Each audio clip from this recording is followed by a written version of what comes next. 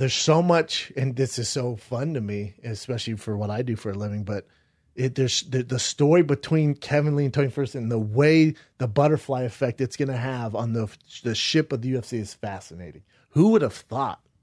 Who would have ever thought that Kevin Lee and Tony Ferguson is going to steer the ship of the UFC? Oh, Shab, you're being dramatic. Not really. Because Conor is the captain of this ship. And based off this fight is where the direction of the UFC is going to go. So trippy. Right? So the UFC does want, if they wanted someone to win, it would be Kevin Lee. That would make a lot of sense, though. Because then he would become an actual interim champion. Conor matches up well. Conor would be champion against champion. And then you do the Diaz fight. Yeah, the Diaz fight. And if Diaz fight's well, not going anywhere. Yeah. Does it matter if Nate Diaz and Conor McGregor fight late next year? I don't give a fuck. They're going to fight. Nate's not taking any other fight. This is the master plan. This is the master plan. It is. But this is the other thing. If I'm the UFC, I look at Kevin Lee, I look at him as an investment. They haven't invested really in anyone else. Especially at lightweight. You know, there's some tough customers. You got Khabib. Listen, when I was at the fight, and I'm allowed to say this now because he came out on record and said this, but when I was at the Floyd Mayweather Conor McGregor fight, I had a long talk with Sean Shelby. He told me that they offered Khabib Nurmagomedov the fight against Tony Ferguson on October 7th, and Khabib turned it down. It's like, not ready, need more time. So like, well, you got to fight, man. What the fuck? You pulled out of the fight with Tony Ferguson early. Now we're offering the fight. How many months later and you still can't take it? All right, forget it. And that's how Kevin Lee got this opportunity. So you look at the division. You got Justin Gaethje, Eddie Alvarez, Khabib. I mean, it's fun.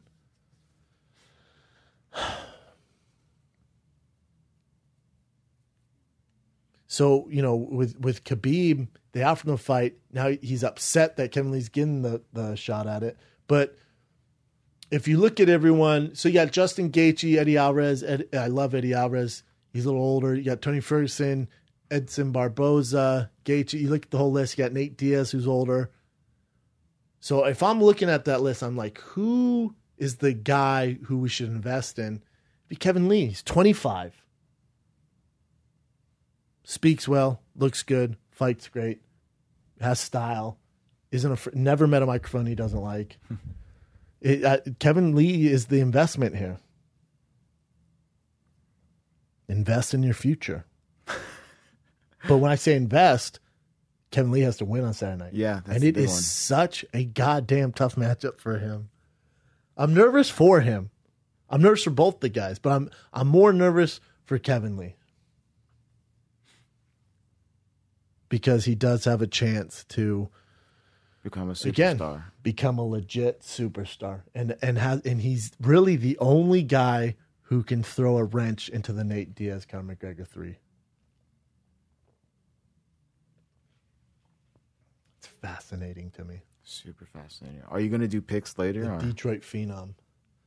You know what? I have to do picks. I always make fun of people who don't do picks, but I fucking hate making picks.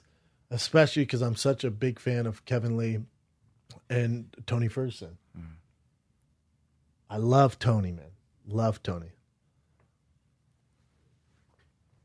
The whole fight card it's a great card, man. To me, it's the most fascinating card of the year because of this reason. Who would have ever thought about that? Yeah. Not me, but obviously you did. Khabib, get your shit together. Someone asked me about him the other day. I was at... I think I was getting pokey or some shit. And someone asked me about Khabib. And I went, I don't even think about him. They went, excuse me? I went, I don't even think about him. He can't make weight. He's unreliable. He's not even in the equation for me right now. Until he gets another fight. I mean, click on Khabib for me. You look at Khabib's, last wins. It's just, I don't think about him. I think about him as much as I do John Jones right now. Mm-hmm. John Jones ain't fighting anytime soon. Why would I put any energy into it? You can't make weight. You almost died last time. So, he beat Michael Johnson at UFC 205. Before that, he fought Horcher. For that, Dos Anjos. And he beat Dos Anjos in 2014. I didn't think it was that far away. 2014. I don't see anything In what, 2017? Wow. Yeah, he hasn't fought since November. It'll be a year since he fought. Yeah, he's been You're out. active. I mean, you're not even in the equation, man. He's a phenomenal fighter. He's undefeated. You're not even. And so, when he fought Trujo, missed weight. Had to be at a catch weight. Daryl Horcher, catch weight. Mm-hmm. Then he's supposed to have the big fight with Tony Ferguson, misses weight. Yep. I'm out. I'm off the Khabib train. Amazing fighter. You're not in the equation anymore. Until you figure your shit out and get it done, start acting like a professional. I'm going to talk about Kevin Lee, Tony Ferguson, Gaethje, Diaz, Eddie Alvarez, Barboza. There's just who knows where you're at. And then we've come to find out you turned the fight down. I don't know. But again, it goes back to this whole the Nate Diaz, Conor McGregor versus the winner of Lee Ferguson. I think you gotta do the winner of Lee Ferguson because it makes Conor McGregor more of a legit fighter. Because those Nate Diaz fights, those were fun. We saw those, and it was great for both guys, and they're both superstars now. But at some point, you got to get back to being this savage fighter that made you who you are, which, the Nate Diaz fights didn't make Conor McGregor. Knocking out Jose Aldo made him. Knocking out Mendez.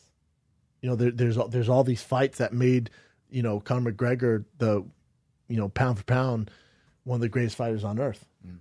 That's what got him to the fight with Floyd Mayweather. His abilities to fight the best of the best and starch these people. Nate Diaz, the bigger guy, it was fun. Mayweather, it's boxing, it's fun. Now let's get back to work. If that's what he wants. Now, if he's like, hey man, I got one fight left, I'm only doing one and I'm out. That's my game plan. I have so much money. I'm just doing one and done. Then Nate Diaz, go fight Nate Diaz. Do that. Again, that's the money fights. And the UFC has to figure out at what point do these money fights turn into WWE style where fans are going, all right, come on, man.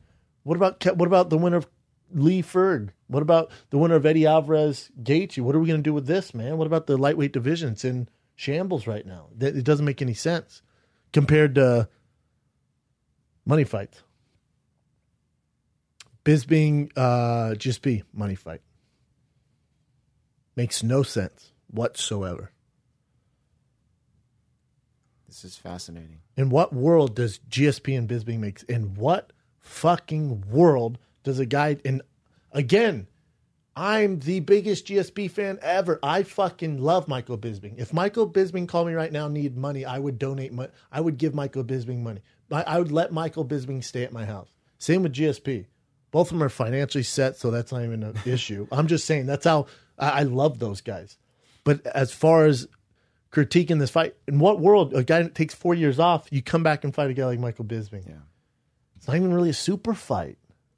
No one's fucking salivating at the mouth to watch these two battle because it doesn't make sense. All right. I'd rather watch Mighty Mouse fight Brock Lesnar. That's some silly shit. If you want to get silly, that's some silly shit. It just here's the other thing. Just thinking about Michael Bisping. I'm on one today. Think about Michael Bisping GSP. Mm-hmm. In what world do you think GSP and Michael Bisping are going to pass the medical test in New York City? You think they're going to have a hard time? In New York City? Rashad Evans didn't pass because he had a crickety knee. They both have eye problems. And other stuff, too. Bisping has a floater. I'm sorry. GSP has a floater. Remember, that's why this fight didn't come out for so long. Yeah. Because he had a floater in his eye. And then obviously Michael Bisping has some vision issues. Mm-hmm. Oh, damn. Did anyone think it? And this isn't new, and I'm just jumping the hay here because we're still on 216. But if you think about New York, Yeah, that's the hardest place right now. the worst. No one thinks that this is going to be an issue. Like, well, they would have done it by now. Whoa, whoa, whoa. No, they pulled Rashad the day before the fight. When you go through medicals, you know, and you have to get your eyes checked out. Now, I hope I'm wrong, but to assume that there could be some sort of complications with both their eyes before that fight is not some crazy narrative. This isn't, I'm not trying to start drama. When I saw that fight, I went, God, good luck getting past to New York. First idea. The first thought went, it's going to be a little tough. New York?